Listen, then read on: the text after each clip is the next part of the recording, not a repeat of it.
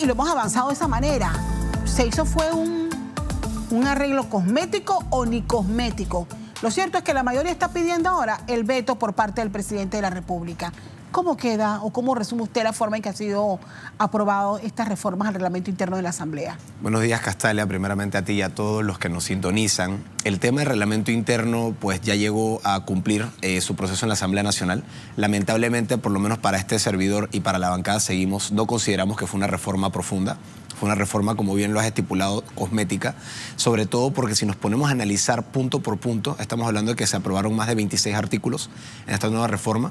No se tocó, por ejemplo, lo que era eliminar el voto secreto, no se elimina lo que era estipular un máximo de personal que podía cada diputado contratar, no se elimina la famosa exoneración vehicular, telefónica ni postal, y así consecutivamente uno de los puntos más importantes también de ese proyecto de ley número 1, que yo presenté en el 2024, el 2 de julio de ese año, buscaba también lo que era que curul vacía, aunque haya quórum para sesionar, no recibía salario por esa ausencia. Porque tú tienes ya un diputado principal y asimismo tienes un diputado suplente. No debe haber excusa para que una sesión de la Asamblea, que se dan entre lunes y jueves, tenga una curul vacía. Este tipo de situaciones no fueron aprobadas. ¿Qué fue aprobado, por ejemplo? Que no se van a poder poner carteles en las curules. Es decir, ya no podemos tener ni los ¿dónde está el Chenchen? Del presidente Mulino, ni Free Martinelli. Ya no va a haber ningún punto para que nadie pueda expresar mediante carteles en las curules. Se habló de un tema que es preocupante e inconstitucional por ahí mismo, que de hecho yo escuchaba al ministro de la Presidencia hace unos minutos mencionar que si este proyecto no cumplía con las facultades constitucionales, debía ser vetado por el presidente. Y en efecto hay dos artículos, uno que habla de los diputados específicamente, que deben ser gestores de obras y proyectos para sus comunidades. El problema con esto es que genera una violación directa de la función constitucional del diputado, que es administrativa, judicial y legislativa. Porque nosotros tenemos que estar ahí para justamente determinar los nombramientos del Ejecutivo, tenemos que estar ahí para poder lograr juzgar, en estos casos desde la Comisión de Credenciales a las diferentes digamos, autoridades, legislar mediante proyectos y anteproyectos de ley. Y el problema es que aquí está desvirtuando esa figura y está tomando atribuciones que le corresponden únicamente a los gobiernos locales y al órgano ejecutivo. De hecho, aquí representantes de corregimiento lo han advertido. Al momento de debatir este proyecto, si es que se dio el debate necesario, ¿eso nos alertó? En efecto, y yo creo que en estos momentos también esos representantes y alcaldes que han advertido sobre esta situación se ven preocupados porque esto politiza la asignación de presupuestos y obras en base a una determinación de qué diputado está en ese momento bien, digamos, con una comisión de presupuesto, con la Asamblea en general, con el presidente o presidenta de la Asamblea. Entonces le podría quitar presupuestos asignados que se han medido en base a resultados y objetivos por simplemente percepciones que tenga un diputado que yo tengo que hacer este camino de producción o este cajón o este acueducto o esta potabilizadora, y no realmente toma en cuenta las necesidades que las personas que están más cerca de la comunidad, que son los gobiernos locales, los que deben estar de lunes a viernes en la comunidad, han advertido previamente. Entonces, el diputado tampoco puede pensar que porque está en una actividad en su circuito, ya eso le debe contar como una asistencia al pleno. Y eso también se aprobó en esta nueva modificación, Castalia, y es peligroso. Porque yo mañana te digo que estoy en mi casa, en mi circuito, y ya yo tengo una actividad en mi circuito. O estoy desde mi casa tomando una entrevista por Zoom y yo digo, estoy en una actividad en mi circuito. O estoy haciendo algo que no tiene nada que ver con mi función legislativa. Y eso va a generar más ausentismo y va a generar que el pleno funcione menos y sea más eficiente. Pero en la actualidad, con las reglas que rigen el trabajo que ustedes realizan, los diputados siempre están pendientes de las obras que se hacen en sus circuitos. No, en efecto. Y nada se los impide. No, y yo creo que es importante hacer esa separación. Uno puede fiscalizar cómo va un proyecto en cuanto a materia de infraestructura. Cómo va la reparación de las calles en el Chorrillo. O la construcción de un hospital. Cómo va la construcción de un hospital, etcétera. Pero de ahí a que tú seas el que está gestionando, mencionando qué empresas pueden licitar, diciendo cuánto presupuesto se le debe asignar, eso le corresponde meramente a las instituciones de gobiernos locales y al Ejecutivo. Que nosotros hagamos eso nuevamente desvirtúa la figura del diputado y de su personal. Porque dice que hasta el personal tiene que estar pendiente de esas obras. ¿Qué sabe un economista o un asesor legal de estar gestionando proyectos de infraestructura?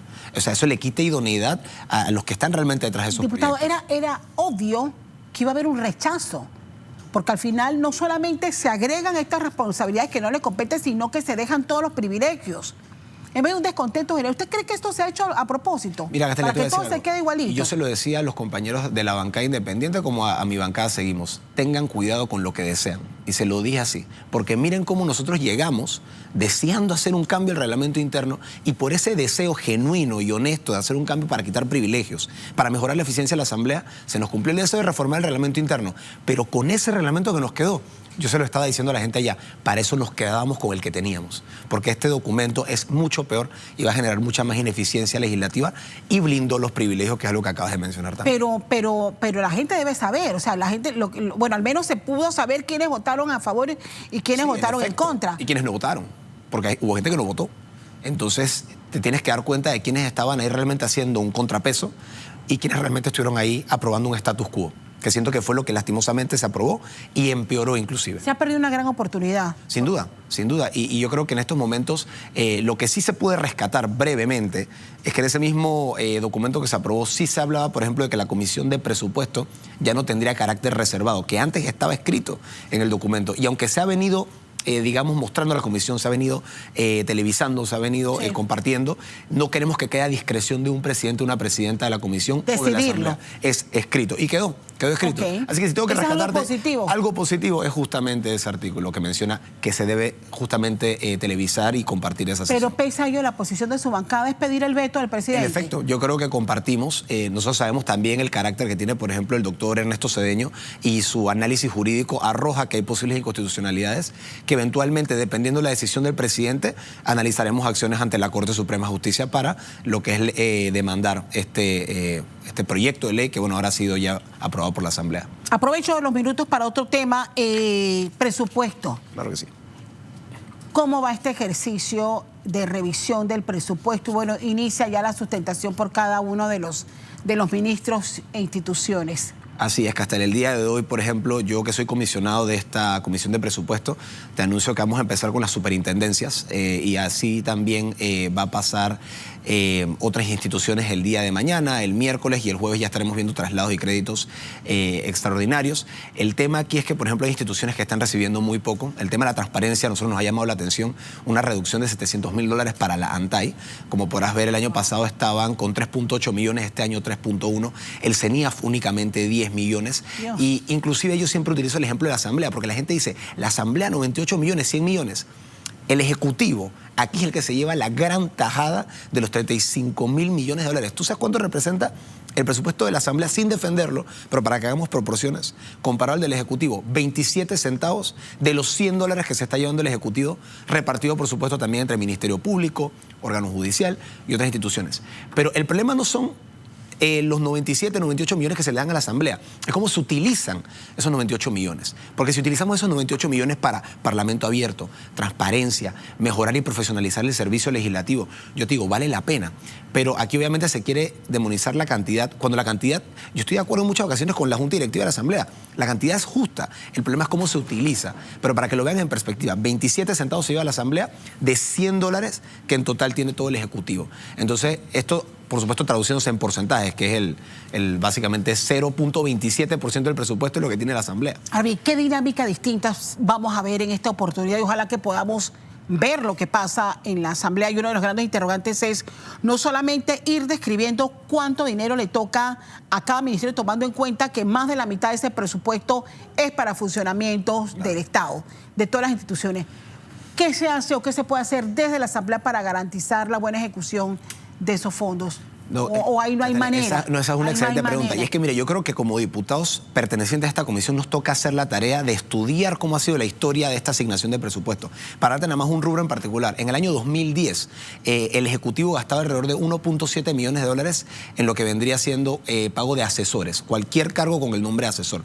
Ese monto ha ascendido en 16 años, del 2010 al 2026, casi por 14 o 13 veces. Estamos hablando de ya que se están pagando más de 14 millones en ese rubro de asesores en el Ejecutivo. O sea, imagínate cómo ha crecido esta planilla, al igual que toda la planilla del Estado. Y yo cuando tuve la oportunidad de intercambiar con el ministro Chapman, que obviamente tuvimos nuestros intercambios sobre el tema de la pauta, sobre el tema del ANTAI, sobre el tema de diferentes otros puntos, creo que también el tema de la planilla, él mismo dice que le asusta, que le molesta, que le incomoda. Entonces yo creo que él, como uno de los ministros que son petit comité del presidente, presidente tiene que hacerle saber eso. Pero es que la lupa siempre está puesta sobre la Asamblea. Y nosotros estamos pendientes de la planilla de la Asamblea, de cuántos carros tienen en la Asamblea, que si tienen teléfono, que si tienen otro privilegio. Le conviene al Ejecutivo y al ministro Chapman desviar hacia la Asamblea de la lupa. Cuando ponemos la lupa en los ministros, ustedes han dado el clavo en algo. Este es el país de los asesores. Si por asesores fuera, este fuera el país de las maravillas. El mejor asesorado del mundo. Es el mejor asesorado del mundo. Sin duda. O sea, en presupuesto no pueden pedirle a los ministros y a los directores de instituciones que no deberían ni existir. En efecto. Porque, ¿qué hacen esos asesores? El Banco Hipotecario, que ya se anunció su cierre. Entonces yo quiero saber exactamente por qué se sigue dando presupuesto a instituciones que en teoría ya se está contemplando su cierre. ¿Me explico? O su fusión al Banco Nacional. O su fusión, correcto. Cuando digo su cierre me refiero por la fusión. Así como se habla del Ministerio de la Mujer, que va a ser ahora convertido en el INAMUES, el Instituto Nacional de la Mujer. Entonces, quiero saber cuáles son esos planes de transición, pero no de que me pases la misma planilla a esa institución, sino de cuál es el plan de reducción, cómo se van a ver las funciones ahora asignadas, ya que no va a estar este ministerio, este banco hipotecario. Quiero saber cuáles son esos planes de reducción. Alguien me explicaba el viernes que lo ideal es que ese trabajo lo haga el Ejecutivo. Correcto. Y que llegue ya revisadito a la Asamblea, para que no veamos lo que generalmente ocurre en la Asamblea. Es que vamos a ver qué pasa. Termino con esta pregunta obligada. Sus reacciones a la designación del nuevo ministro de Educación. ¿Qué esperan ustedes? Bueno, con el señor Ventura Vega, como te comentaba, Castalia, nosotros hemos tenido pocas interacciones. Él ha pasado mucho por la Asamblea al inicio de esta gestión. Creo que era el asesor justamente encargado de esa relación con la Asamblea. En pocas ocasiones tuvimos la oportunidad de coincidir, pero yo siento que su hoja de vida está bastante fragmentada en múltiples experiencias, pero ninguna termina de aterrizar en materia de educación. Ojalá pueda estar equivocado y haga un buen trabajo, pero yo creo que si una persona fue capaz, digamos, de terminar 5 años frente a una institución sin ningún escándalo, con capacidad administrativa, se puede defender quizás una designación, pero hasta el momento su hoja de vida y su preparación no lo acompañan, y esperemos que él pueda ahora empaparse de una información que requiere para manejar un presupuesto de más de $1.000 millones, que es el que corresponde a ese 7% del PIB de educación, y que pueda demostrarle al país que puede manejar a los gremios, que puede manejar lo que es la asistencia escolar tanto de los gremios y profesores como de los estudiantes, y que no hayan interrupciones en esa pues digamos, ejecución. Oye, y un saludo especial a Membrillo, a la comunidad allá en Peronomé, a la señora Aurelia, que siempre está en sintonía. No puede irme sin eso. Saludos a la señora Aurelia. Yeya le dicen. A la señora Yeya en Membrillo. Diputado, muchísimas gracias. Estamos pendientes de lo que ocurra entonces a partir de hoy lunes, una nueva semana del trabajo que se realiza en la Comisión de Presupuesto. Joanny, ¿qué tenemos?